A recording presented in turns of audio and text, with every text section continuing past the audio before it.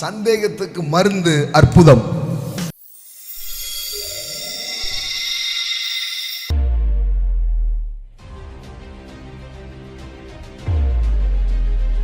பேதுரு போட்ல இருக்கிறான், அலை அடிக்குது, புயல் அடிக்குது, எல்லாம் பயந்து போயிருக்காங்க. இவனுக்கும் பயம்தான். திடீர்னு ஜீசஸ் கடல் மேல என்ன பண்றாரு, நடந்து வர.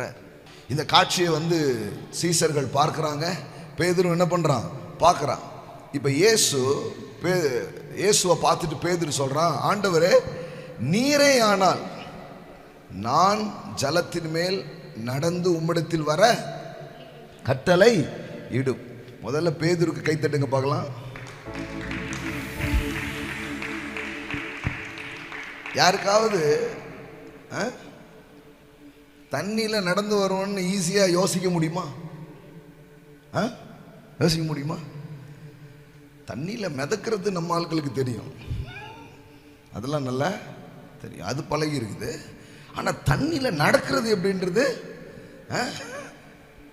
சிந்திக்கவே முடியாத ஒண்ணு இல்லையா? ஆனா அவன் கற்பனை கிழிகிறது. ஏன் தெரியுமா?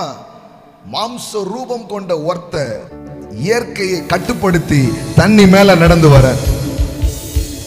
ஆமென். When you see the Jesus, I tell you, your miracle life is begin. நீங்கள் இயேசுவை பார்க்கும் பொழுது அற்புதம் வாழ்க்கைக்கு உங்கள் மனது தயாராக மாறுகிறது. அவர் நடந்தா அவர் பின்னாடி நம்மளும் நடக்க முடியுன்ற எண்ணம் உள்ள வருது. பாருங்களேன், உள்ள வருது. நான் சொல்றேன், நீங்க வேத வாக்கியங்களையும் வேதத்தில் இருக்கிற கிறிஸ்துவையும் நீங்கள் பார்க்கும் பொழுது உங்க கார்னல் மைண்ட், உங்களுடைய இயல்பான மனது கிழிக்கப்பட்டு நீங்கள் இயற்கைக்கு அப்பாற்பட்டதை கற்பனை செய்ய ஆரம்பிப்பீர்கள். ஆமென்.